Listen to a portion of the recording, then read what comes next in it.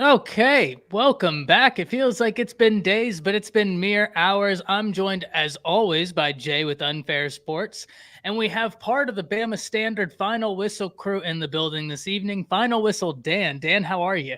Always good. Always good. Honored to be on. Man, glad you could get on. We're gonna have the other guys trickling on in as they come about. Get ready. Jay, how are you this evening? Man, I'm excited. We're what 20 something days away from college football kicking off. Whew. I just wanted to get started, baby. Let's get them on the field. Right. And we have another part of the Bama Standard Final Whistle crew, Justin Riley, in the building. Justin, how are you this evening? I'm glad it's Friday and we're only 23 days away from kickoff. So life is getting better and better. We just need the air conditioner to be turned on outside. How about that? Oh man, I know all about that. In Concur. North Texas area, it has been miserable. I got a Absolutely. question. What's up with Mother Nature? Who hurt her? She I'm trying to mad. get to the root of this problem right now because she's pissed off about something. Something. It's because Auburn is flipping 5 stars and it's thrown the balance of Yeah. nature off. Right now, we have to wait for that to stop, and then nature will rebalance. But I think that's Fair as point. a big of a place of any for us to start. Right, we started on it in my show earlier, but tonight's going to be a special SEC episode focusing heavily on Alabama, but all things SEC.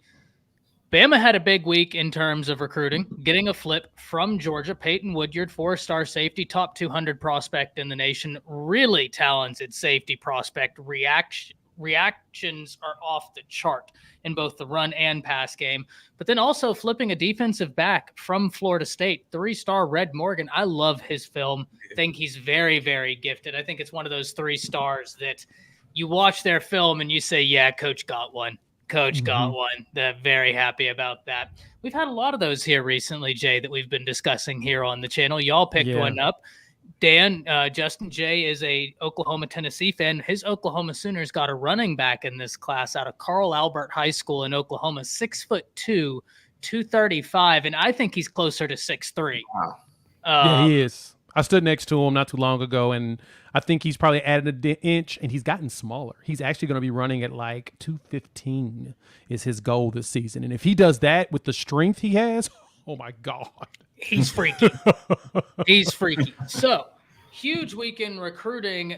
Guys, where do we see the SEC ending up in recruiting right now? Because we always talk about the SEC is so difficult to play in, and one of the reasons is it's such a talent-rich league. I know there's talent all over the place, but the best minds in football, the guys at the NFL, consistently look to the SEC for their talent. What are we thinking? Texas, Oklahoma, both coming to the league. Both Hmm. teams got massive wins on the recruiting trail the month of July. Oklahoma looks to get a 5-star, hopefully Monday for the Oklahoma Sooners. We'll see about that. Either way, the kid will be playing in the SEC, highlighting my point. Dan, I'm going to start with you. What do you think about the SEC recruiting right now? Man, it is definitely on fire. The SEC, is it either going to be, where kids going to either want to play for the SEC or Ohio State, So I expect the SEC to finish with, I guess, 7 or 8 of the top 10 recruiting classes, which is ridiculous, Justin, what are you thinking? SEC is going to do SEC. We've always been that way. The question is, are both Texas and Oklahoma going to be able to keep up with the momentum that SEC sustains year after year? Texas took a leap forward with that here recently. Yeah. Let me start things off. There was a popular song by Alabama, and one of the lyrics says, if you're going to play in Texas, you got to have a fiddle in the band. That lead guitar is hot, but not for Louisiana man. Now, you probably ask me, Justin, why are you singing this country song on a college football show? One, I'm from the South, and that's what we do. We like country music. Two, if you're going to play in the SEC, you got to have the serious dudes to do it.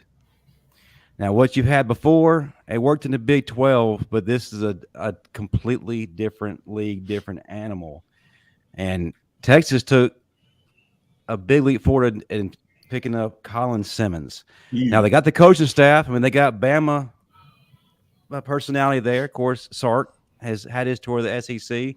found success, and he's got Kyle Flood, arguably one of the best offensive line coaches in college football.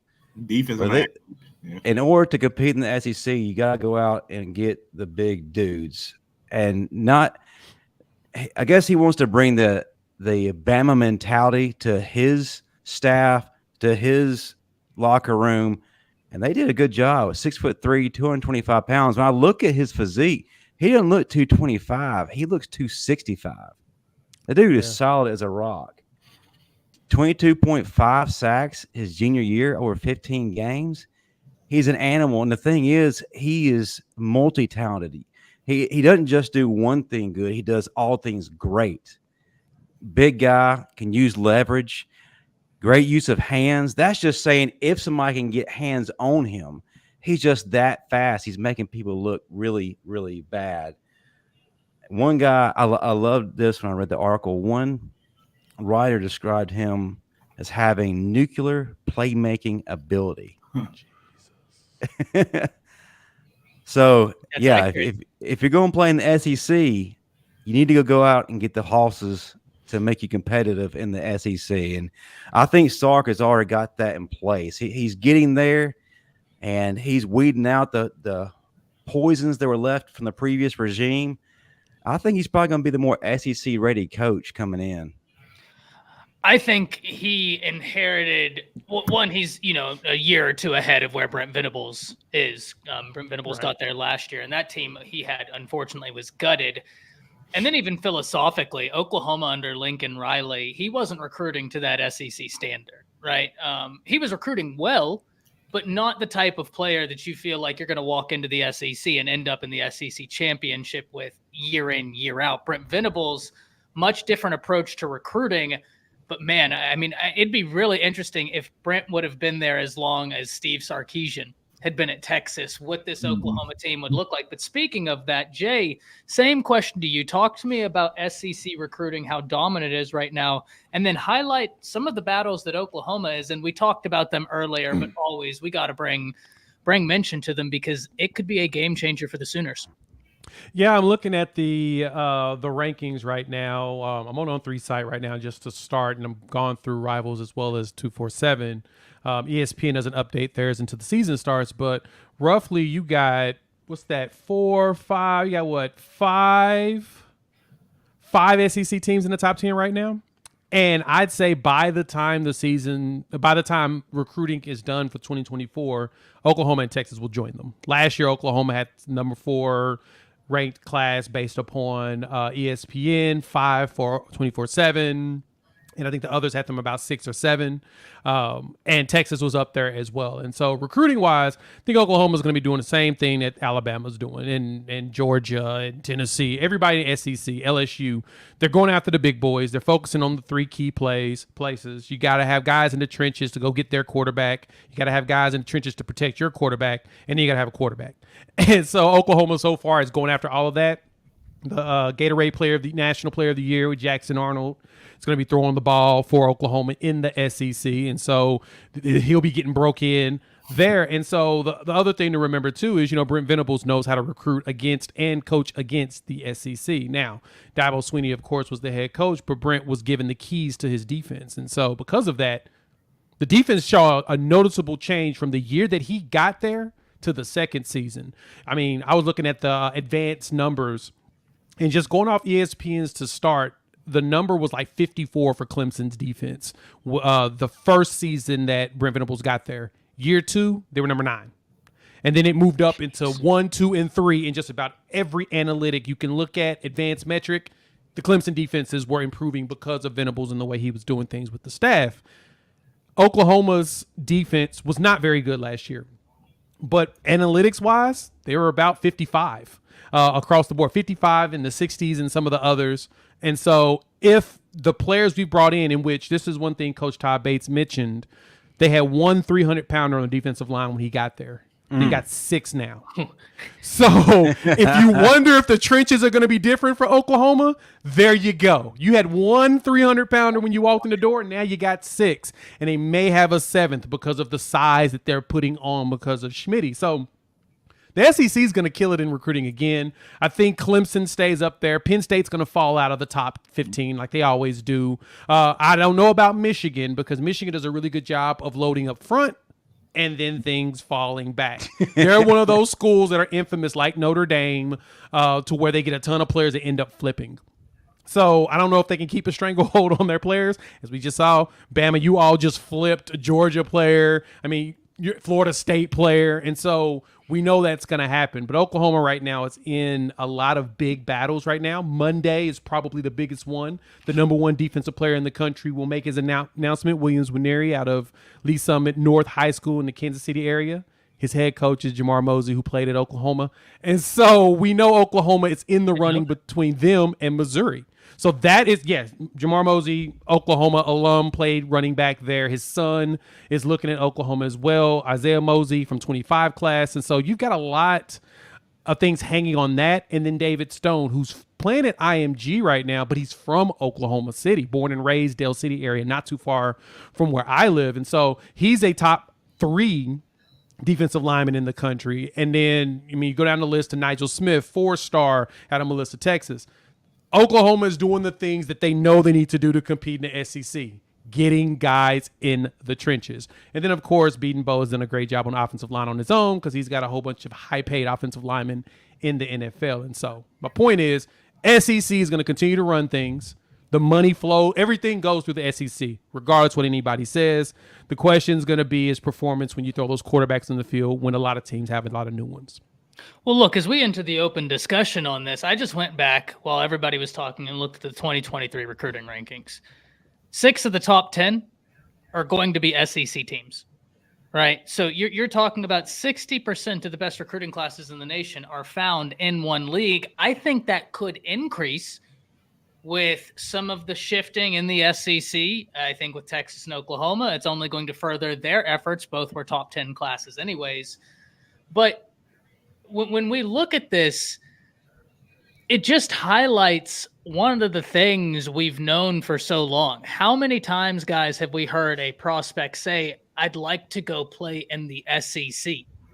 It's not, I'd like to go play for this school. It's a conference. Like they're naming a conference. That's where I want to go. Yeah. So, I mean, we talk about the recruiting power of the SEC. Let's talk about brand power. I mean, you talk about the top 10 biggest brands in college football. The SEC just added 2 more, Texas and Oklahoma. You have the largest collection of talent, the largest collection of brand power, the largest collection of money in all of college football in one conference. So it is about to be week in, week out, as fun as it possibly could be in the SEC. Honestly, I'm just ready for Texas and Oklahoma to make the move and for us to get a real idea of what that schedule is going to look like. That, I think, is a question I have for all of you. I know we don't know, but Dan, what do you think that schedule could look like? I think eventually we're going to go to a 9 game SEC conference schedule, eventually. But right now, like Coach Saban says, it just doesn't work out for us. Sankey, I think he's the one that said it. But eventually it's going to go to a 9 game conference schedule. I'm looking forward to it, and it's great for the we'll lose a few traditional rivalries, but I like to still see the Bama LSUs every year, the Bama Tennessee, the Texas Oklahoma. You don't want to take that away, So it's just a way of working out how we're gonna figure that out and keep a rotating, schedule. So that's the hiccups I see going forward. Yeah, Justin, thoughts? First of all, I'm a purist. I've been an SEC fan as long as I can remember, since I came out of the womb, and I hold every game we have against each SEC opponent to be sacred. So when I initially heard that some of those games that we're so accustomed to were going to be eliminated, like for me, I grew up in an Ole Miss household. I'm the black sheep, so I always enjoyed the Alabama versus Ole Miss, and then Alabama versus the Mississippi State games. Now, have they been relevant in the grand scheme of things? No, not really. But it's just one of those Southern rivalries Southern games you just really enjoy, especially on Jefferson Pilot Sports. Y'all probably aren't old enough to remember that, other than Dan. But it kind of felt like to me that somebody was coming into my house, a visitor, and bringing their own furniture and rearranging things. So I didn't like it at first. That's a great analogy. The most intensive rivalries are being kept, like Dan said, Alabama Auburn, Alabama Tennessee, but we're also adding some rivalries that we needed back. We needed Texas Arkansas back. For the longest time, that was a heated rivalry, great rivalry. Texas A&M. How they allowed that rivalry to be disbanded is just absolutely ridiculous. I'm sorry. That's just one of the great things of college football. You can't take that away. That's going to be restored. And I love the Red River rivalry. If you're a college football fan, you can't sit there and tell me you don't love it. Right. Now say that 5 times fast. I can't. I'm from Mississippi, and that's just not going to work. But adding that to, like you said, our brand, man, it makes us the most powerful beings in the universe. No question. I mean, the only game outside of those that I will grant you, actually 2 games I'll give you. One of them is probably a little bit more personal, and I don't know why that Notre Dame USC game, God, that one moves the needle for me. But also the Michigan Ohio State game. No, I think that one's easier to explain to a college football fan than the USC Notre Dame. I don't know why that game means so much to me. I think Rudy really messed me up when I was young. But good reason. I love that game. But you're 100% right, Justin. You think about the biggest games in college football. You think about the biggest rivalries in college football. The only one the SEC is missing is that Ohio State, Michigan. Whenever we're talking about what is the biggest rivalry in the sport, Texas, Oklahoma, boom, Texas A&M. You want to argue that one? It's there. I'm going to give you Alabama, Auburn. That's there. If you're an Auburn fan and you don't like that answer, maybe you say it's Auburn, Georgia. That's completely fair. Maybe Jay, the Tennessee fan, says it's Alabama, Tennessee. The theme? It's all SEC. It's all SEC. Jay, interested in hearing your thoughts on this as well. Yeah, the only game as far as the rivalry goes that we could throw in there, of course, is the big game. It didn't even have a real name. They refused to put a sponsorship on it. Michigan, Ohio State, like that they will remain up there. But I like the fact that all of the best rivalries are in the SEC. I think that's the thing that excites me the most about coming to the SEC with Oklahoma is the tradition down here. It means more. Like, I know the slogan is corny, cheesy, or whatever you want to call it, but it does. It does. Everybody in the South cares about football. In the state, I live in Oklahoma. The state, football is life. Texas, football is life. Louisiana, football is life. Alabama, Mississippi, football is life. It's just, as you go, it's life. That is it. High school, middle school, Pop Warner. It's life. And so because of that, you can tell that's why a lot of your best players are coming from the South. That's why you can tell that the NFL, when you look at where most of the kids are from, I mean, they've got some heavily populated cities. California still has some, but for the most part, it's the South. It's Florida all the way across down to Texas. It's Southern schools. They're the ones that eat. Luckily, Ohio, that state still produces some pretty good players, and so does Michigan. But for the most part, man, it's the South. And so I'm happy that these rivalries are sticking around, and I'm excited about next season, man. I think next season is going to really be an exciting time for college football. Can we lobby for Army Navy? Because if we get that, go ahead and just shut everything down.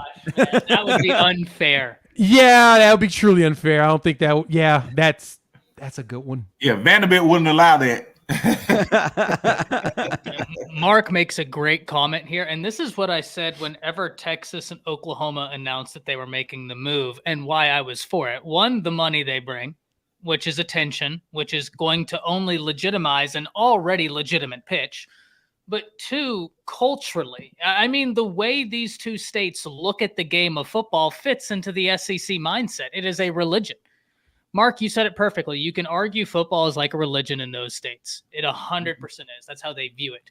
But, speaking about football, We've talked about recruiting. We've talked about how the SEC looks and just poised for the next 10 years of college football. Let's get into this season because Alabama has a scrimmage tomorrow. I think there are some questions people have about Alabama, and I think that they are legitimate questions. I think they're logical questions, and I think there are some answers. I don't know that we have all the answers, but I hope we have some of them.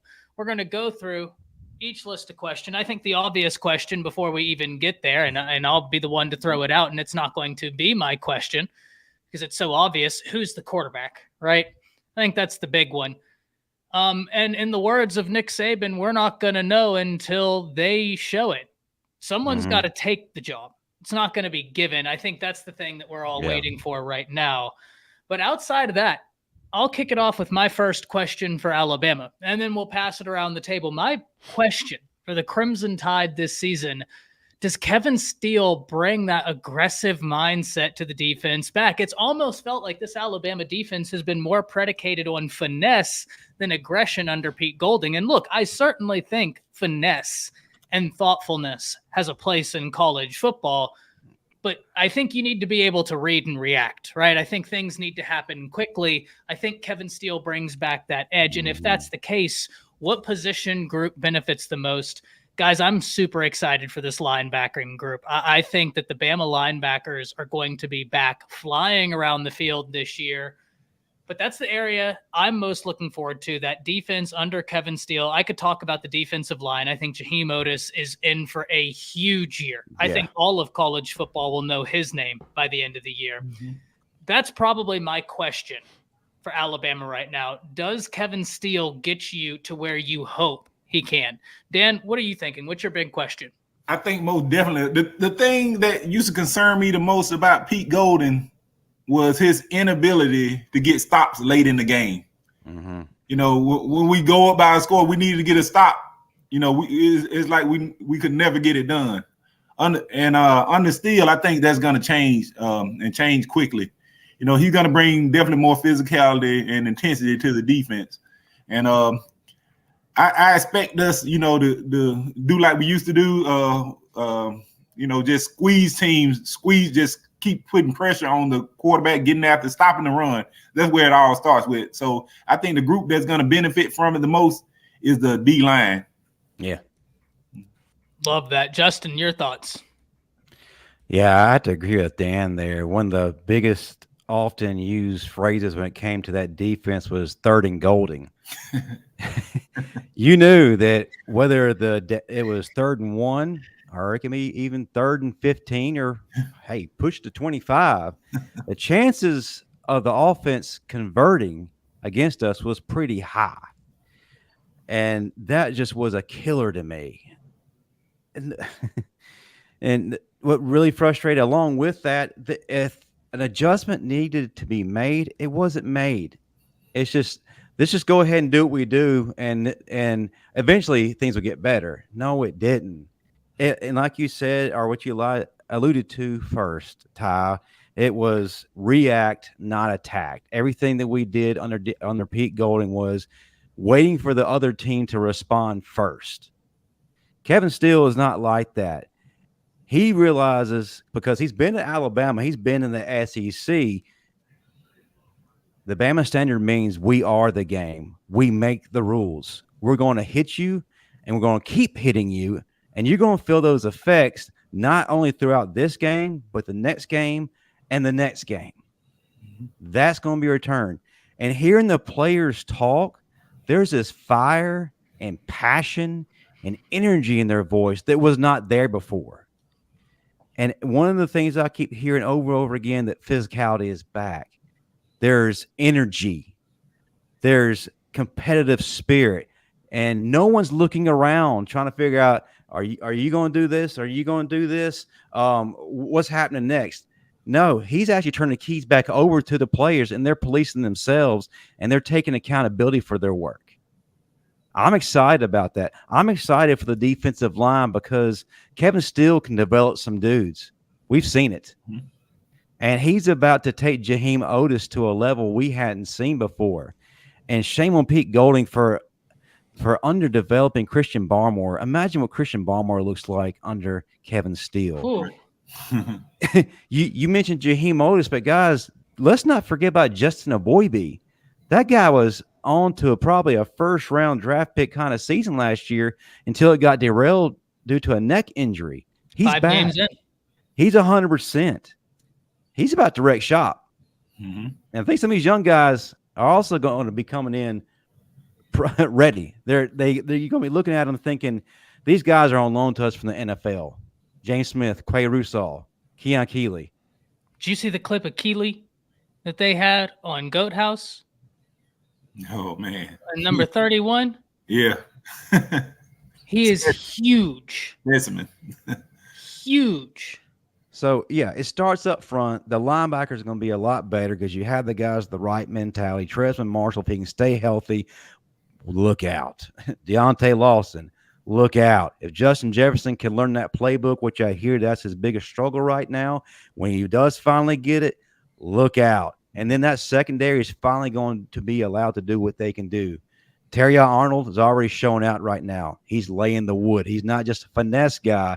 He's going to let you know he's there. Ask Jermaine Burton. He can play every position in the secondary. That's the thing with Terry and Arnold that's freaky. He has got the ability to play everything. So can Malachi Moore. And if he's 100%, he can play anywhere, any place, anytime. And we saw what he did as a freshman. Imagine now what he can possibly do. We had George Teague on our show the other day. And a lot of people compared Malachi to George Teague. We may see that realized right in front of us. I'm excited. I know it's high praise, but he can have that kind of effect if he's healthy. But if we the strong defensive line, the secondary is going to wreak havoc. It's going to be pick city. And see, this is probably my favorite thing about what we do here. Now, Jay, one of the things I love about this is we get to hear the perspective from the outside looking in, which is always so valuable because, with us being Alabama fans, it can create a little bit of an echo chamber on accident where we might not see something or think of something. So outside looking in, you and I have had the conversation multiple times about Alabama, but what's your biggest question for the Tide going into this year and your thoughts? So I really have two things that I have my questions around, and we talked about this ad nauseum, Ty, but we'll do this for the crowd. Quarterback, who's going to take over? Who's going to be out there? Who's Tommy Rees going to lead? You got a new offensive coordinator, which this is not like uncommon for Bama having a new OC. I mean, this is like, we talked about it on average every 2 years, Bama gets a new OC. And in some of those years in between, there was a new OC every single year. And so this is not uncommon or uncharted territories. But at the same time, you're still breaking in a new OC with, a new quarterback. And that's kind of going to be the big question. What does that look like? Another one that jumped out to me, too, is who's going to be the number one wide receiver this year? I mean, you get Jermaine Burton as well as Ja'Cory Brooks, both looking like they're going to fight it out for who's going to be the number one dude. Who's going to take it? I mean, they both had over 600 yards receiving last season. I'm not sure who wants it more. And that's not an indictment on either one of them. They're both working their butts off, but it's going to be hard to determine who's going to really want that X position. While at the same time, it's a really good problem to have when you have two receivers that are really good and could potentially go up for 1,000 yards each. That takes a lot of pressure off everything. The run game, I've never been concerned with Alabama in the run game. That's just something that just naturally shows up. I'm not even I don't even need to talk about y'all's running backs. I mean, McClendon's solid, but I mean, who's the running back? Richard Young, that's his name. That's a name of a freaking NFL running back. I'm sorry. That's a all-pro NFL name. It just sounds like a dude that runs people over. And y'all got him like fifth in the depth chart? How does that happen? It's so unfair how Bama does that. But besides that, the last real big question is going to be defense. You've all talked about this, and I know you talk about this ad nauseum because that's something that we're all curious to see. Pete Golding's gone. We thought that he was the Saban disciple. He was young, and Saban gave him the keys, and then everybody still had questions. And somebody mentioned it on the stream we were on earlier today, Ty. He wasn't bad. He just did a lot of questionable stuff. And you kind of look at it, you're like, well, yeah, sounds like third Golding. He's like, oh wow, yeah, that sounds that's funny that we now have that name for him. But we're asking questions on the defensive side, even though after having was it 8 or 9 5-stars in the last recruiting class? Why would we question the defense? Like why would we question? There's not much to question about Alabama going into next season, and I know Caleb Downs is going to be a monster. We're expecting him to do some big stuff. So, if anything, I'm curious at the quarterback spot, and I'm really curious to which wide receiver is going to take over. Justin, let me pass it back to you because I got a little ahead of myself. Went to Jay. You didn't get to talk about your biggest question for Alabama, so the floor is yours. That's quite all right. Y'all kind of got me on a rant there with the defense because I'm just so excited about the mentality that Kevin Steele is bringing. I better be careful. I'm about to do it again. But my concern is not with the quarterbacks. I know the entire Crimson Tide fan base are in an uproar and anxiety levels are through the roof. But the thing is, I don't think that's going to be a big concern. Nick Saban has it under control. I think that it's going to play out the same way 2014 did. I think, honestly, that we're going to rely heavily on that running game. Jalen Milroe will be the starter. He has the edge because of the experience, the leadership. He has improved tremendously in the offseason. I think he gets the nod. But like I said, we're not going to ask too much of the quarterback. We've talked about this over and over again, and Josh Pate even said that Alabama is not going to need a 4,000-yard passer. We had those big dudes up front. That offensive line is going to get us through a lot. They are nasty. And I don't have to talk about the running back situation. We've already talked about it. Alabama knows what they got there. But the wide receivers, who will step up? It's not going to be Jermaine Burton. I'm sorry. I've said it over and over again. He's like a menstrual cycle. He shows up once a month. Oh, God. Bless America. But who has been turning heads consistently has been Malik Benson and Amari DeBlack. If they can have the other guys show up, what's one of the things that Tommy Rees is known for? Involving his tight ends. Mm-hmm. And we got some good ones. If our receivers can't do it, we have Amari DeBlack who you can line up in the slot. You can line up anywhere in the field, not just at tight end. He's got that kind of speed. He's a freak. But Dane Lewis, too. A guy who can take over a game. I like what I saw from him during the spring game. And don't forget about Robbie Oots, a switchblade army knife, who I feel like we use like a Joustin Fowler. Yeah. So if the wide receivers aren't going to step up other than Kendrick Law and Malik Benson right off at the gate, then we got some tight ends who can more than make up for it along with the running backs. Mm-hmm. But that's my only, I guess, question per se. I'm not as concerned about the quarterbacks as others would be. Just we need the guys who are going to catch the ball ultimately. Well, I think the reason I echo a lot of your sentiment, I think that the most natural question for any team to ask is, what's the quarterback going to be, right? And luckily for Alabama, that's not a unique question for the Crimson Tide this year. In fact, if we look at a lot of the top brands in college football, similar questions are being asked. But I think that there are more pertinent questions for Alabama. Right, I made a video not too long ago saying everybody's talking about the quarterback. What everybody should be talking about is the offensive line. And this was about 2 months ago. And I'm very thankful to fast forward to now, and everybody's highlighting the offensive line because, quite frankly, guys, it matters who the quarterback is. Let's be very real here. It matters. The most important thing is what that offensive line looks like. None of these quarterbacks have started an entire season before. If the offensive line doesn't give them the adequate protection, I don't care who we have Bryce back there. It's not Bryce Young. Mm-hmm. We don't have Harry Houdini anymore, right? That's and even when we did, I felt awful a lot of the times for Bryce Young, watching him being like, man, 2 Bama offensive lines ago, you would have never had to worry about running and like trying to create with nothing. You would have been just sitting in a pocket, carving teams up. So the most important thing is that offensive line. Mm-hmm. And secondly, Jay, Justin, Dan, you all talked about it, that running back room. I mean, that's going to be the big one. Justin, I love your point about the tight end position because that's something I've highlighted. If you go and if you want to ask yourself, or if you are telling yourself this weekend, I'm bored. I want to know, who is Tommy Rees? Go check out that Clemson game. Check out more, but check out that Clemson game. And the one thing I want you to specifically watch for is how he's switching and when he switches between 11 personnel and 12 personnel. And then I want you to watch how he starts mirroring run sets in between them. He had that Clemson defense so confused as to what was coming next. It was beautiful to watch. That, I think, is something very interesting because of the tight end depth they have on roster. Justin, you know, Dan, you know, I have been so high on Amari Niblack. I think this is the year we see him take off. He is going to be an instant mismatch, like an instant mismatch. So Alabama is going to be in an interesting position, but, and I'm interested in hearing from y'all on this, because this could just be me. It's almost, I don't want to say more fun, but damn, it's fun whenever these questions exist.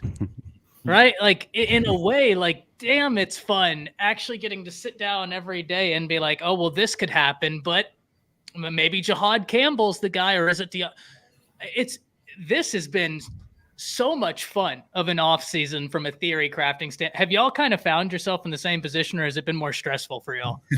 The same position. It's like Christmas, really, for content creators, because we can go Honestly. 1,000 different ways and talk about a million different subcategories of those thousands of different concepts. It's been a very giving off season, I think. Right. There's no question. I don't have any concerns about the offensive line. I'm gonna tell you why. Because Coach Saban, if he has any concerns, he's gonna address it through the transfer portal. The fact that he didn't, and there's a lot of great offensive linemen that was in the transfer portal that we could have gone after. And the simple fact that he did not go after any offensive linemen in the transfer portal tells me he is satisfied with what we have on campus. And during his press conference, he listed, I think he said 6 to 7 guys that can start.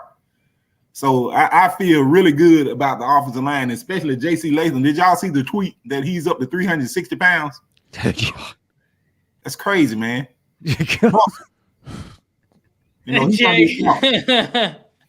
That's just sick, and it's muscle. That's the bad part. Is that it ain't just he's a big boy. Yeah. He's it's the muscle in it, and where was that? Said it beautifully. Where was that training table when we were coming up? Right? I missed that. I mean, it's all that corn that they're eating to get themselves to that point. It's Them, that Southern Nebraska food. corn-fed, that Nebraska corn-fedness, right? No, but you said it eloquently. The perfect way of saying it. If Saban felt like there was true concerns, he knows how to leverage the transfer portal to patch it up. He leverages it as just little patch areas. It's not to rebuild foundation. It's to put some putty down and fix that hole in the wall. That's what it is. The wall's still good, and he can tear that wall down at the end of the season and put a new one up, but it's not something that's going to be sitting there and every year you're going to put another patch on it, put another patch on it. He knows how to leverage it to fix certain spots, and it's always around in a lot of different areas. He'll patch that right tackle, right? But then next season, he'll have recruited a good right tackle to develop, or a couple of them, and then he'll patch like the edge. So it's definitely leveraged the way the way we feel like you should use the transfer portal. We don't have enough data telling us if you can live a life in just the portal. Me and Ty don't believe it's possible. We think that at a certain point the chickens will come home to roost. But at the same time, people know how to leverage it in the right capacity. So, but overall, if Saban knows that there's a problem, he's going to get that bad boy solved. That's one coach in this country you can trust. We'll figure it out. What I see is he has nothing to worry about. 2 words, Eric Wolford. Yeah, I love Coach Wolford. And you really have to fair. expound on that. We see what he's done wherever he's gone. He breeds Hulks. That's just plain and simple. And kudos for him for the incredible job he's done in such a short period of time of cleaning up that utter disaster of a dumpster fire that Doug Marrone created at Alabama. I don't even know how that was possible. I mean, you have to not. Yeah, how is it possible? I mean, even if you try, it's hard to mess that facet of Alabama up. Through the history of Alabama football, even in the worst of years, the offensive line has never been an issue. I was there through probation, 99 through 2003. We had some bad years while I was there. Never had an issue with that offensive line. We were still filling the NFL rosters with dudes. Mm-hmm. But Doug Marrone somehow managed to do something that, quite frankly, was inconceivable. But kudos to Eric Wolford for what he's done. He's bringing nasty. He's bringing blue collar back. Seth McLaughlin cannot wait to see what he does this final year at Alabama. Yeah. Apologize to everybody. I accidentally hit the mic, and I can imagine that was scary. But I wanted to piggyback off of this. Yeah, I accidentally smacked the mic, and I just hope I didn't blow out anyone's eardrum. But Wolford, not only his coaching ability, I've talked about this all the time. He inherited an offensive line that just sent a guy into the NFL in the top 10 draft picks. So it was an offensive line that was already in shambles and without a top 10 draft pick, and it was better than the year previously. Riddle me that one, right? Which offensive line has ever lost a top 10 draft pick and gotten better? That made no sense to me. That was number one, where it was like, okay, coaching was definitely an issue. Two, let's talk about what he's done on the recruiting trail, because he's not just going after offensive linemen. I'm going to go down the list of guys he has at least been involved in. I'm not saying he was the primary, but I am saying he was at least listed as at least the secondary recruiter. We're talking Caden Proctor, Anthony Rogers, Wilkin Formby, Mason Short, Ola Salinan, Miles McVay, Rico Scott, McElderry, Isaiah Vega, and Joseph Ionata. Guys, he's been there 2 years. That's it. That's unbelievable. That's genuinely insane. Go ahead, Jay. I'm going to say it from the outside, man. He's cheating, man. The man's cheating. We're just going to go ahead and report him now to the NCAA. Well, how is he cheating? He's just really good at talking, and I'm tired of it. We're going to report it to the NCAA right now. I'm on the phone. Give me a minute. I'm going to make a phone call. Please, someone cut off power to his house. But you're the astute recruiting observer. If you've been someone, and if you're watching the show, you probably are. Let's be honest. Y'all were all here during the summer when there was absolutely no football news. You're all obsessed just like we are. Welcome to the club. This was a guy who they beat out Bama when he was at Kentucky. Dan, you remember Keontae Goodwin? Yes. They beat out Bama at Kentucky. That was Wolford. What about Berrien Brown? Yes. That was Wolford. Yes. I mean, Berrien Brown is a guy that genuinely needs to be on watch lists this year for various awards. He is that good. Right. If you're telling me an SEC player you may not know about right now that you need to know about, be on the lookout for Berrien Brown. Straight up athlete at Kentucky. I would say he's a wide receiver, but I feel like that does him a disservice for what all he brings to the table. Recruited by Coach Eric Wolford. Now Wolford finds himself at Alabama with the ability to recruit with that Alabama logo. That Alabama logo means something, right? It's we talked about it earlier, guys, on the show. I charged everybody a while back whenever Sammy Brown committed to Clemson. I charged all the viewers and I said, listen to what these kids say when they commit, and you'll start to notice themes. For Clemson, you'll hear a lot about the culture, and it's not just one guy; it's everybody. With Oklahoma, you hear a lot about the relationships. With Alabama, you almost hear about how buttoned up it is. Like this place, you know what it is. You know what this is. This is business hours. It's buttoned up. You're about your business, and it's not for everybody, but that's what makes it so successful. Mm-hmm. Right? Super interested in that. Guys, now let's talk about the SEC as a whole, right? Justin, you got something?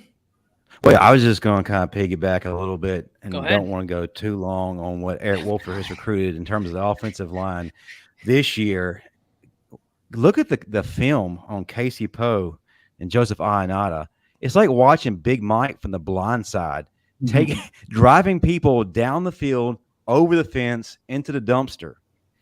And then you got William Sanders, who's like, you know what? I'm not going to worry about that. I'm just going to take him out right here, right now. There's just this level of meanness that I absolutely am in love with. And I'm so excited to have that back. And when you talk to these guys, they're the most down-to-earth, humble, gentle giants. Yes, sir. No, sir. But as soon as that whistle blows, they turn into a T-1000. It's absolutely amazing watching what these guys are going to be capable of at Alabama. And they already got the mentality, man. I'm excited. But go ahead. Didn't mean to interrupt. No, by all means. So one of the things that, I was asked a show or two ago, and I wanted to talk about it today. Someone came in the chat and asked me a phenomenal question. One that I only had about 3-4 minutes left on the live stream, and I actually had to say, hey, I can't answer that right now because I will be here for another 30 minutes. But now that y'all are here, I think we can divvy this up. They asked me who I thought was an analyst or a member of a coaching staff, probably a coordinator, that could be in for the biggest year. Didn't have to be any specific team, didn't have to be any conference, just in college football. Give me a coordinator that you think, hey, the people need to be watching out for. Dan, I'll start with you. Man, I hate to say it. I hate you started off with me, man. And this one I hate to say. But, man, I'm looking at Bobby Petrino at Texas A&M. What he's going to be able to do with the talent that Jimbo couldn't do anything with. I think if Jimbo truly hands Bobby Petrino the keys. That's the question. Yeah. We're looking for a big season in College Station. Love it. And I love it because we talked about that on the SEC Connect the other night. Will he hand over the keys? Petrino's offense is very effective. And Dan, to your point, we talked about this on Final Whistle. Yeah. I don't think people are acknowledging what Texas A&M has in that wide receiving core right now. It's scary. Yes. Evan Stewart, Moose Muhammad, they got a few tight ends they really like, and they got a 5-star quarterback who returns. That's going to be interesting. Justin, same question. Well, I'll piggyback a little bit off of Dan. If Bobby Petrino is allowed to truly take the keys and the toxicity is cleared out of there, oh, good gosh. The sky's the limit. But if he is handed the keys, you got to ask yourself the question, how long before Jimbo decides to step in there and derail everything because his ego got in the way? It could go that route. Those are two routes. Or he just could decide not to let him do anything at all and continues down the river of toxicity that we're all accustomed to. I could look at Garrett Riley with Cade Klubnik. We don't have to really expect a surprise there. He's a mastermind. He's a wizard offensively, and Cade Klubnik is going to be that dude. I'm going to sound like a complete homer right now, and I'm going to go with Tommy Rees and Kevin Steele. Why? Because to the entire nation, they felt like that was the most underwhelming two hires of the offseason. They are not expecting anything from Alabama this year, or those two. They felt like Nick Saban was reaching, and now has been coined as nursing home Nick. He's slipping. I feel like they're going to surprise people the most than out of any coordinator across the nation. Yes, the other coordinators are going to do some great things, but I think these two guys are not being given flowers, and they should. No, great reasoning on that. I love how you talk, because it's true. Everybody talked about how, these are underwhelming. I think they have the ability to be very, very, very impactful. So I think there's something to that. Jay, same question, man. All right. So, Justin, I appreciate the way that you stated that, but you asked the question that, to me, I'm trying to figure out was it a legitimate question? Is the toxicity of Texas A&M going to wane? Is it going to go away? And is that really a question? And I ask that sincerely because I don't think there's a moment that Jimbo Fisher is involved in that will not include toxic. That is the question I'm truly wanting to know because, and all jokes aside, that's the biggest issue. I mean, he had that at Florida State, even winning a national championship. It's just such a toxic environment. He goes to Texas A&M and finds a way to finagle his way into a larger contract just because he lucked out and beat Saban one time. It's still just bad. I mean, for example, there was a fight at the LSU practice recently, and it involved a player that used to play at Texas A&M. If you don't know who I'm talking about, you can just Google it. But there was a practice at a fight at the LSU practice, and that player was involved in it. That player was also involved in racing around in a parking garage at Texas A&M, as well as smoking weed while sitting at his locker. There's a lot of stuff toxic-wise that seems to continuously follow the players that Jimbo Fisher has a tendency of recruiting. And so I don't think that Jimbo has it in himself to let Bobby Petrino do what he's supposed to do. Now, Bobby basically stated that, hey, my job is to make the boss happy, blah, blah, blah. That's cool. But is there anything that can actually make them happy? Let's ask that question first. That's the same thing you ask in a relationship. Look, I understand that, we're not vibing right now, but do you want to be happy? Like, what about you tells me that nothing about Jimbo tells me he wants to be happy. And so Bobby's going to struggle because of that. Like, nothing he does is going to be good enough. It's always going to be complaints. Like, I need to see that the toxicity isn't there. I need to see that they have filtered to the water and it's safe to drink there. Until I see that, I have no clue. Don't drink that water, sir. I need filtering, baby. Bobby Petrino was no choir boy himself, so. Fair. I mean, he has probably the greatest incident in college football history still. And I still got the picture of him in the neck brace. It's the best ever. While at the same time, you put those two together, ooh, buddy. Talk to me about that. I got a question that kind of goes with what you just asked. Gentlemen, no one's really mentioned this, and I was talking to a friend of mine the other day about this. You got to ask yourself, what is the real reason Bobby Petrino was brought there?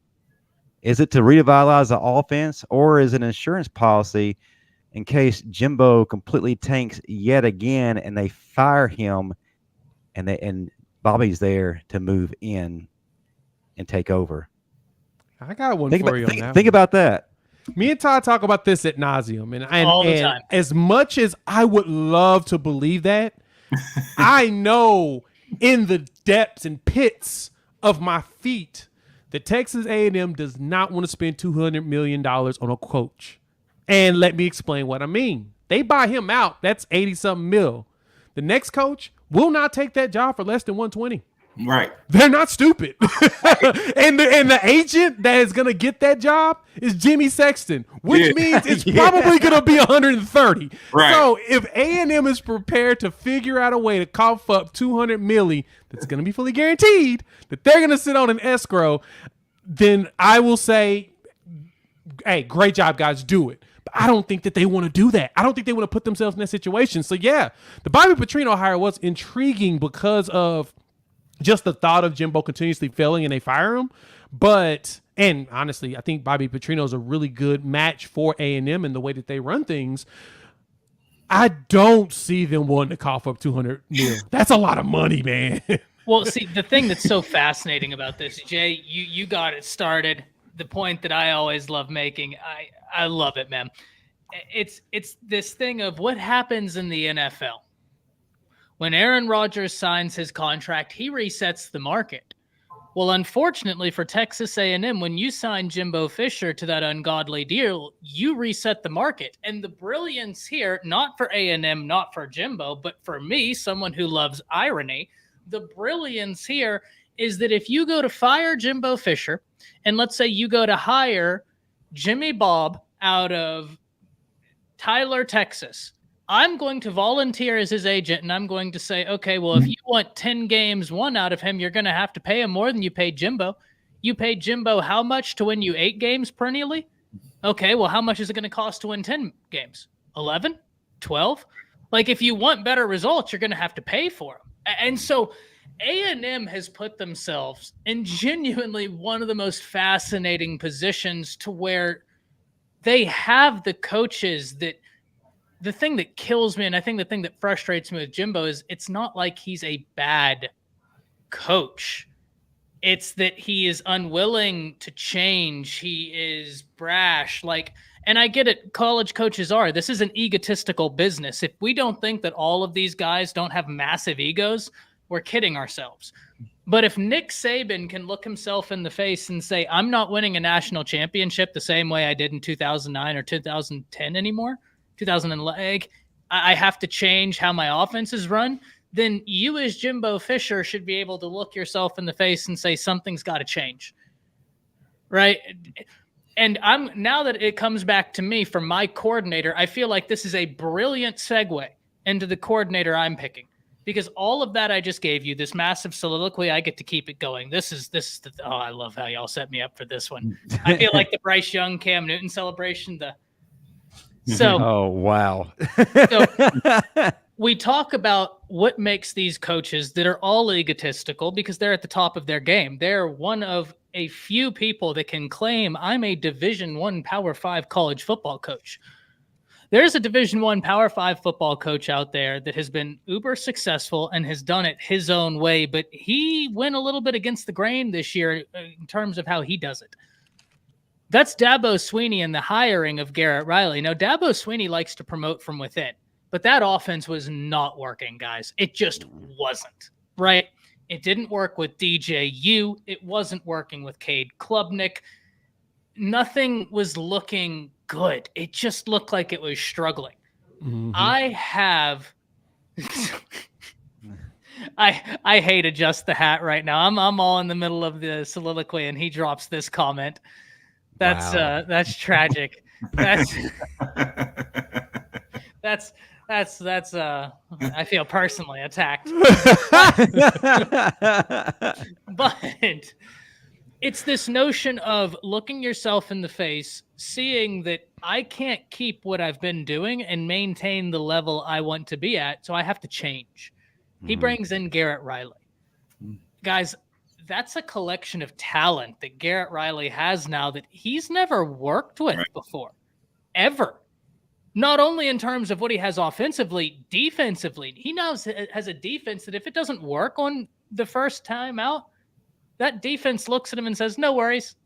We'll get you the ball back in about 35 seconds. Stay put.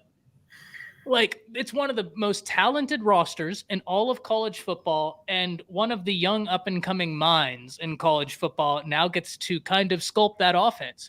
I think it's awesome for Dabo.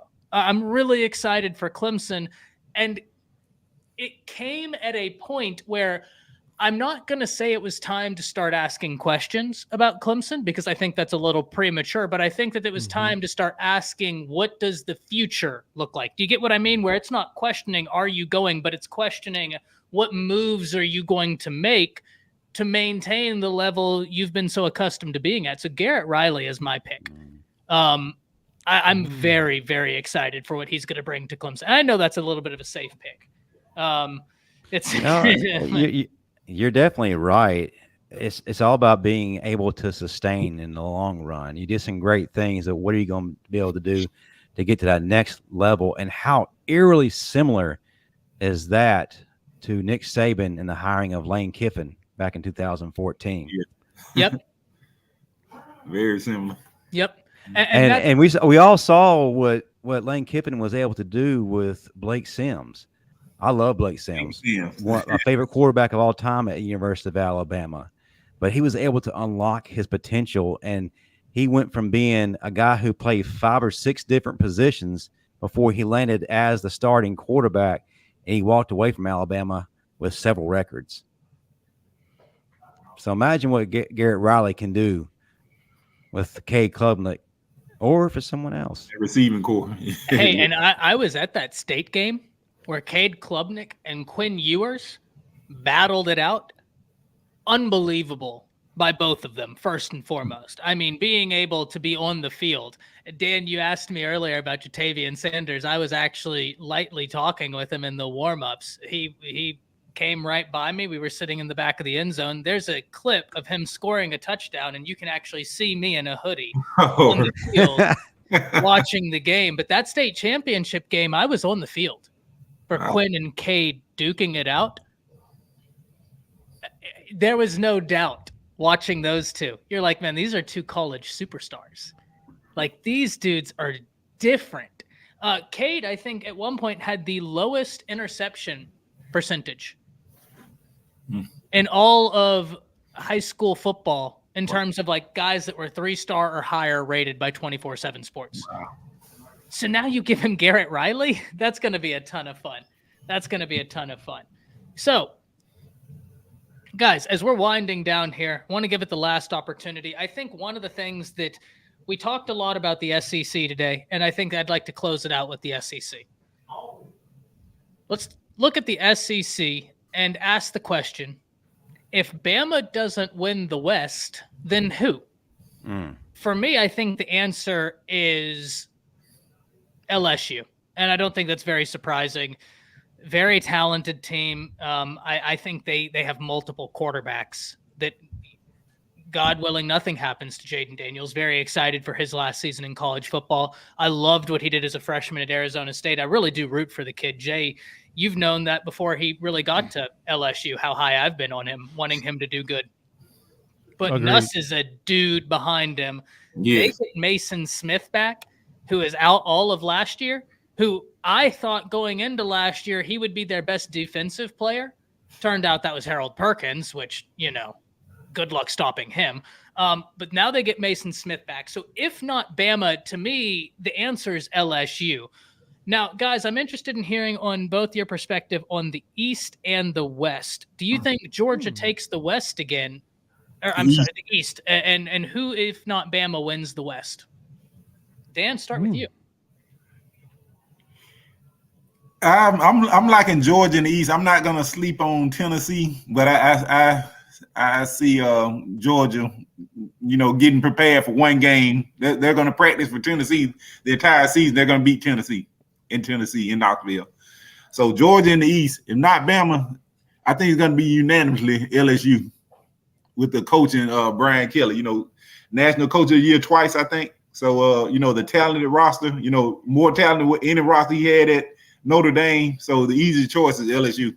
Justin looks like he has something to say that before we pass it to Justin. Dang Trojan says, in fairness, I don't think Clemson's wide receiver room has a Quentin Johnson in there. Dang Trojan, you're right. They don't. They have very talented wide receivers. Quentin Johnson is a dude amongst dudes. No doubt about that. Actually, one of my good friends played for TCU and knows a bit about him, and he is a really, really talented player. Justin, same question, man. Gonna go out of the East right now until someone knocks Georgia off their pedestal. They're the team to beat. Ric Flair coined it. To be the man, you gotta beat the man. We don't know who they have at quarterback, but they still got so much enormous talent, and they're in the SEC East. There's really not a whole lot of competition there. Florida has so many questions right now. Are they going to turn the corner this year? Are they ready to take that step? Who's the quarterback? Too many questions. Tennessee, everybody's trying to push them up into the elite, but how do they handle this year with high expectations? They're not used to high expectations. It's been a long time since they've experienced that. And Joe Milton, everybody keeps on talking about how much of a big arm he has. Well, Jamarcus Russell had a big arm too. That doesn't necessarily mean it's going to translate into wins. Milton could be great, but Tennessee, to me, they have to prove that they are ready to take the throne. The SEC West, if Alabama does not win it, everybody has already crowned LSU as the undisputed winner.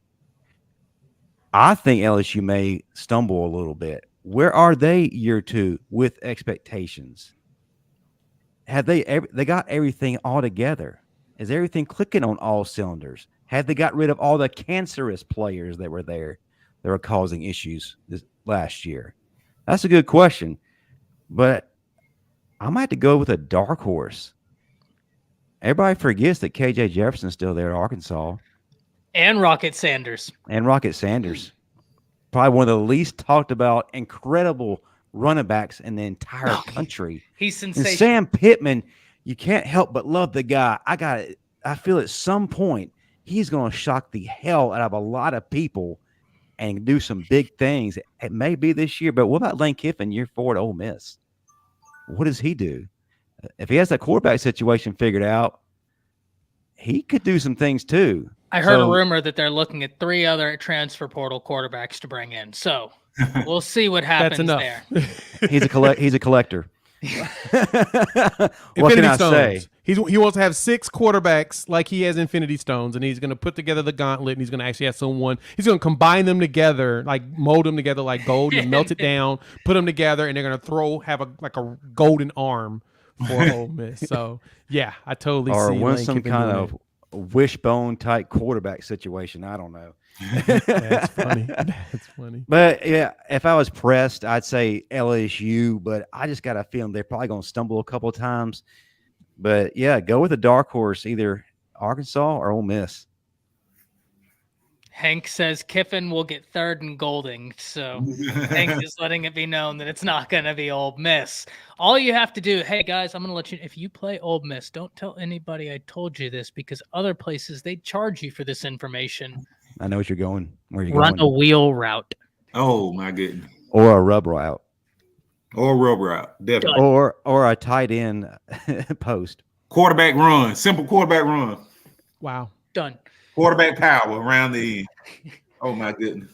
Jay, my man, talk to me. So if not Bama, who wins the West? And then what is your thoughts on the East? Because I know Tennessee, you as a Volunteers fan, you're excited for Hupel in year 2. Yeah, so we'll go start with the East. And looking at it, Georgia, of course, to be the man, you got to beat the man. So, Justin, you're 100% right. Ric Flair said it too. Definitely, I agree. I'm curious to see what they look like with the new OC and new quarterback play. Now, remember, Bobo was there last year, but he was an analyst. And they said, like I was reading a couple articles about it, he mainly spent time with the tight end. So the players know him, but he didn't run the same offense. And I'm curious to if Kirby Smart has a similar philosophy as Saban does at Alabama, where the offense is still going to be a Georgia offense, but we'll let you tweak things as you need to. Same terminology and all that jazz. We'll see if that's the case. But until I can understand what their quarterback situation looks like, I'm nervous for Georgia because I don't see another Stetson Bennett walking through that door and just taking the reins of things and not screwing up. That's kind of my point. Somebody's going to have to falter at least once, and I don't think that defense is as dominant as it was the last 2 years. It's going to be great, but I don't know if it's as dominant. Somebody's going to figure them out at some point. So if I'm not picking Georgia, I'm probably going with Tennessee. Justin, you said it great. Joe Milton's got a rocket. Joey Halsey, the offensive coordinator / quarterback coach, and then Josh Heupel, both of them are former OU quarterbacks. They do pretty well at quarterback, and I think that they're going to help him to calm that arm down and use it right. We'll see if it comes to fruition, but he's been there 2-3 years. So at some point, they obviously have to figure something out with him, hopefully. And you mentioned Jamarcus Russell, which I totally get that. Jamarcus Russell also went 11-2 2 years in a row. So I don't want to fault him for NFL Russell. I would not give props. Right. LSU one, yeah, he got himself. They did well with Les Miles, and that's shocking to say because I don't think Les Miles was all that great. But I digress. I think Tennessee, if not Georgia, I think Tennessee defensively have gotten better. Banks has done a really good job of recruiting and transfers. They've built depth, which is critical for them to try to be successful in the SEC. If we go to the West, if not Alabama, I'm just like you, Ty. I'm on the LSU train. They're bringing back the most experienced quarterback on that side, outside of KJ Jefferson, in which, Justin, you're right. That was my team. It's a sleeper. We looked at their schedule on the SEC Connect. Ty was with us, and we went through those games. And we started just predicting. We went to all the SEC schedules. We picked games, and we started. What games do we think they were winning? We went through Arkansas, and they legitimately can go 10-2, like with ease. Like their schedule is very favorable this year because Auburn's got a new coach. They're still trying to figure it out. I know y'all hate Auburn, but at the same time, they're still trying to figure things out. LSU's got the most experienced quarterback outside of KJ Jefferson, and they play once. So that's a toss-up for that game. Mississippi State, unfortunately, with the Mike Leach situation, rest in peace, Pirate, they got a lot of things to figure out too. Lane Kiffin is Lane Kiffin. He's going to probably get you 9 to 10 wins, but they're going to fumble the bag, and the Pete Golding, 3rd and Golding is probably going to happen there. A&M's A&M. So toxic. So if Arkansas does well, they could potentially go 10-2 and still win that side if Alabama falls against Tennessee a second time or an LSU. If they were to fall, there's a chance that Arkansas or LSU can go. But I'm going to pick LSU just because of how experienced they are in comparison to the other side of the ball. So if I go sleeper, Tennessee versus LSU in the SEC championship game. There is an intriguing matchup, since you're speaking about Arkansas, between them and Alabama because of where they fall in the middle of that gauntlet Alabama is going to be facing. Mm-hmm. And it's going to be on homecoming. That I don't want to speak it into existence because I want Alabama to win all their games. But if that's a game that Alabama can conceivably trip up, that could be it. Because it's a trap game. It is. I mean, we played Arkansas 2 years ago, homecoming, went down to the wire and took some heroics from Bryce Young and Jamison Williams to pull out of that one. But it wasn't a comfortable win, and it wasn't assured until the very end. And I know I'm speaking ahead of Ty or cutting into his time, but one more team in the East, I really, really like South Carolina, and I really want to believe this is the year they turn the corner. But can Shane Beamer finally turn that corner? Because every year some analyst picks them to beat Georgia. It just never happens. How good will Spencer Rattler actually be? Will he finally live up to the potential that we all expected him to live up to? He started playing at that level somewhat late in the season this past year. Can he sustain that? Can he be consistent? But most importantly, can his ego not mess him up? Yeah, well, I wanted to shout out Alan Berry. Thank you for the $5. He says, is it possible Alabama can have both a top 10 offense and defense? Yes, I think it is possible. I think it will look different, right? Like, it's not going to be that Bryce Young offense with Jamison Williams where they're just going to be going right over your head, at least not at first. Maybe later on down to the season, if a quarterback gets comfortable, they start figuring it out. This is going to be a much more balanced offense. They're going to use the run to open up the pass, try and get teams to not stack the box, doing quick passes. I wouldn't be surprised to see some RPO action in there as well, getting defenses to stay honest. So, yeah, look, it is possible, no doubt about it. Alabama can have a top 10 offense and a top 10 defense. What was their ranks last year? I mean, they were right in line for both of those stats last year. Mm-hmm. And last year, I know if you're thinking, but they had Bryce Young last year, fair point. They had no semblance of balance last year. And I think balance will be very beneficial. Mm-hmm. Now, if you're asking me, okay, Ty, one of them won't be a top 10 unit. If we're going to play that game, which unit will it not be? I think it's more likely that the defense is a top 10 unit, if not both of them, and the offense hits at about 11 to 20, right? If I'm saying only one is going to hit top 10, which is it going to be? I have a lot of faith in that Alabama defense, right? They were a good defense last year, aside from the Tennessee game, which was just infuriating, and the Texas game. But Texas, you're dealing with Steve Sarkisian. He's going to move the ball on you. That's Steve Sarkisian, right? He's one of the most brilliant offensive minds in all of football, college or NFL. So I think the defense is going to be better. Also, we have Poker Casino in the $20. Thank you very much, Poke. He says, Alabama's my dark horse because when Texas beats them, everyone will say they lost it. But if they go undefeated after Texas, we will be in the playoffs. Look, I can always respect when someone's looking at it and saying, look, I want you to be good because my team plays you. And if we beat you, that's better for me because now I get to argue, hey, we beat them. And if we lose to you close, I get to argue, hey, we lost to them. So, Poker, I get it. And I think there's a good chance Bama does win the West this year. I think it's more likely that they win the West this year than not win the West. I think that Texas-Alabama game is going to be absolutely sensational. Mm-hmm. Unbelievable. We were talking about it in the green room. I'm trying to get tickets, but then I realized I'm going to have to sell a kidney in order to do so. And I don't know how that works. I know how it works. I just don't want to do it. Daniel, $5 says, Ty, are you worried for week 2? I'm getting 2017 OU versus OSU vibes. What's your worry meter? The flag gets planted in Tuscaloosa. Not worried. I'm excited, man. look, it is what it is. Texas is coming in here with Quinn Ewers, a 5-star quarterback, one of the highest rated quarterbacks in 24/7 sports rating in the past 20 years. And they have a lot of continuity on that team, right? I mean, that's a team that they have high expectations this year. We can talk about they always have high expectations. This year, I think those expectations are justified. They have continuity. They have experience. This staff has actually started developing some of the talent they have. That's something we haven't seen out of previous Texas staffs. And like I said, they have Sark. So I'm not worried. I'm very excited. Now, when I say that, does that mean I'm saying Texas can't win this game? Please do not get my verbiage for saying that. Texas can win this game. But I also believe Alabama can win this game, right?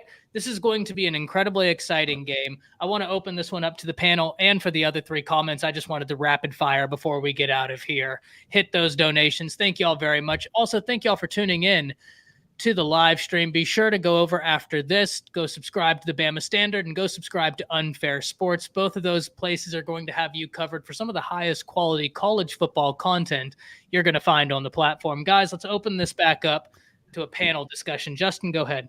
Real quick, I'll keep it brief. I think a lot of people are going to be unfairly using the Alabama-Texas game as the ultimate measuring stick for both teams' season. And while it's going to be a very intriguing matchup and it has huge ramifications early on, I think whoever comes away the victor or the loser, you can't ultimately determine what direction their season is going to go after that point.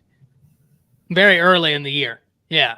I think a lot of analysts and a lot of fans are willing to bet the house on that game as far as how it plays out after that, especially the skies falling Alabama people, or the willing and eager analysts to declare Bama is done. Yeah. Dan, any thoughts? Yeah, kind of like the was the FSU LSU game last year, and the couple of years before the who's it Texas and LSU. You know, games that early in the season. You know, they have little significance when it comes to, you know, the playoff committee. You know, they you can't really determine your season off of that. Now, if let's say Texas comes in, wins in Tuscaloosa, you know, it won't be no flag playing, because you plant the flag, you know, we're going to scorch earth. You know, we're going to the national championship.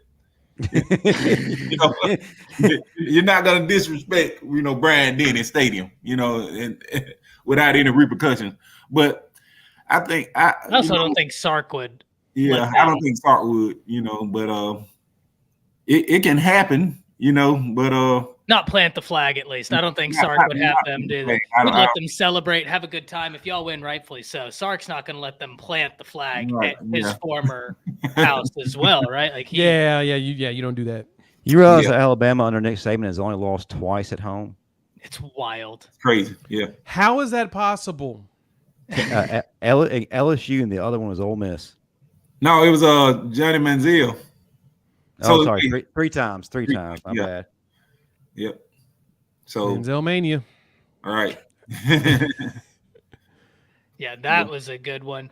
Now, guys, this is going to be a lot of fun. There's college football is just getting started, and look at this. We're going at 1 hour and 20 minutes right now, and we had only planned to go for an hour, and the conversation just kept flowing. So we're going to get out of here. I'm going to let everybody here on the panel get an opportunity to tell you where you can find all of their great stuff. Let's just go straight down the line. Dan, Justin, and then finally Jay. Okay. You can find me on Twitter, Final Whistle Dan. Weekly, every Tuesday night, you know, the Final Whistle. We stream live on YouTube, 9 p.m. Eastern Standard Time, 8 p.m. Central. You can find me on Facebook, Dan James IV. A little bit on Instagram. I'm on there seldomly. But other than that, you know, every week, this Final Whistle, that's what it's all about. Absolutely. It's been a pleasure to be on. Always a great time over there. We're going to have to do this again with the whole crew. Justin, where can the people find all of your stuff? Well, first of all, Dan's not lying when he says he very seldomly uses his Instagram. He doesn't have a profile picture. That's why you just I'm need to working go on- over to his Make me OnlyFans. one. You know, somebody from the chat make me one. I don't know. But yeah, you mentioned the Bama Standard. I actually renamed our channel the Bama Standard Network because we've evolved into a single show, into a network of shows. And let me go ahead and go over those. The flagship show, the Bama Standard. It's me, former Alabama linebacker Marvin Constant, comedian Steve Brown, former Alabama running back Bo Scarborough, and senior analyst of Touchdown Alabama magazine Stephen M. Smith. We are there every Tuesday night, 6 p.m. Central, 7 p.m. Eastern. And we're probably the most politically incorrect show out there. We say all the things that you wish you would say and you wish the analysts would say. We're 90% football, 10%, 90% nonsense and 10% actual football talk.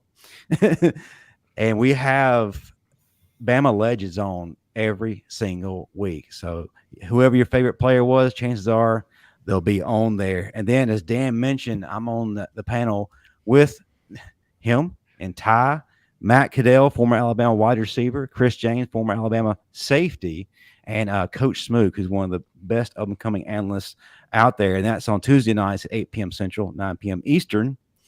We're also going to have a Bama Standard post-game show. We'll have a lot of folks, and I'd like to combine forces with you guys here at Around the Table Sports. I'm sure we can have something brought to you, but I'm really excited to announce, and folks, this is probably the first time this is being done in terms of a college football podcast. But on Wednesday nights at 6:30 p.m. Central, 7:30 p.m. Eastern, of course, the Bama Standard Network is launching their first all-female Alabama football podcast called The Crimson Court. And the ladies on there are very knowledgeable and probably could out-talk a lot of folks out there. And they, by the way, if you're a troll, come on in. They love to take everybody down a lot of pegs. So definitely tune in to all that. We have a lot going on this week. Just to intrigue your interest, our guest on the Bama Standard was former three-time All SEC and Super Bowl winning defensive back Fernando Bryant, and then on the final whistle, former All SEC safety and Dallas Cowboy defender of the Star George Teague. So we have some good stuff. Check us all out. It was awesome getting to talk to George Teague, especially because I know you can't fully see it, and I know it's not George Teague, but right behind me I got my signed copy of Hail Mary, the Drew Pearson story.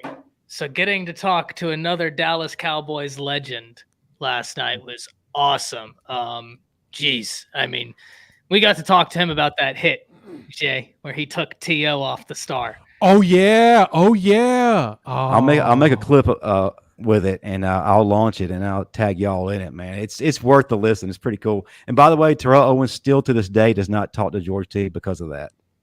I totally will understand, and I appreciate Teague doing that. That was, yeah. It was funny that after it all happened, he had to go to the front office. I think it was that Tuesday, and talk to Jerry Jones, and Jerry brought him in his office, and he was laughing.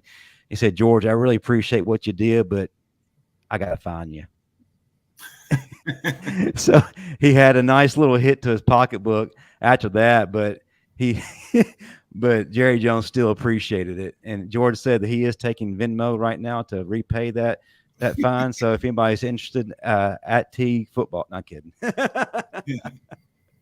I can imagine Jerry wants his cut. Jay, as always, man, where can the people find your stuff? Yeah, you can find me Unfair Sports. You search for me on YouTube. Do a live stream every Sunday, the Sooner or Later Sports Show, talking all OU content. We mix in a little college football as well. And I just brought back my flagship podcasts and videos, the Unfair Sports Show, which will be on Wednesday mornings. I'll launch it sometime in the morning, but I'm going to pre-record it and launch it in the morning so you got something to listen to on the road. We'll have some guests on there. I actually plan on getting with Ty to come on there very soon to talk Bama ball, and you know, the thoughts around what's coming down the line or whatnot. But yeah, check us out, Unfair Sports. Find me on Twitter as well at Unfair Sports. I'm always lurking around and everything. And yeah, Ty, another great episode. Thanks for having me as usual. I'm digging those titles, Jay. Yeah. I appreciate it. Yeah, he's got the Love it. titles down. Yeah, we'll see y'all Monday. Through the Haze comes back 10 o'clock Central Standard Time. You can catch me live morning episode talking about everything that we've missed over the weekend, getting into some fall camps, previewing the Williams-Nwaneri decision. Then Jay and I will reconvene later that evening on the usual live stream, where we're going to be talking to all of you about the news of the day. Until then, though, y'all enjoy your weekend. We'll see you soon. That's it. See ya.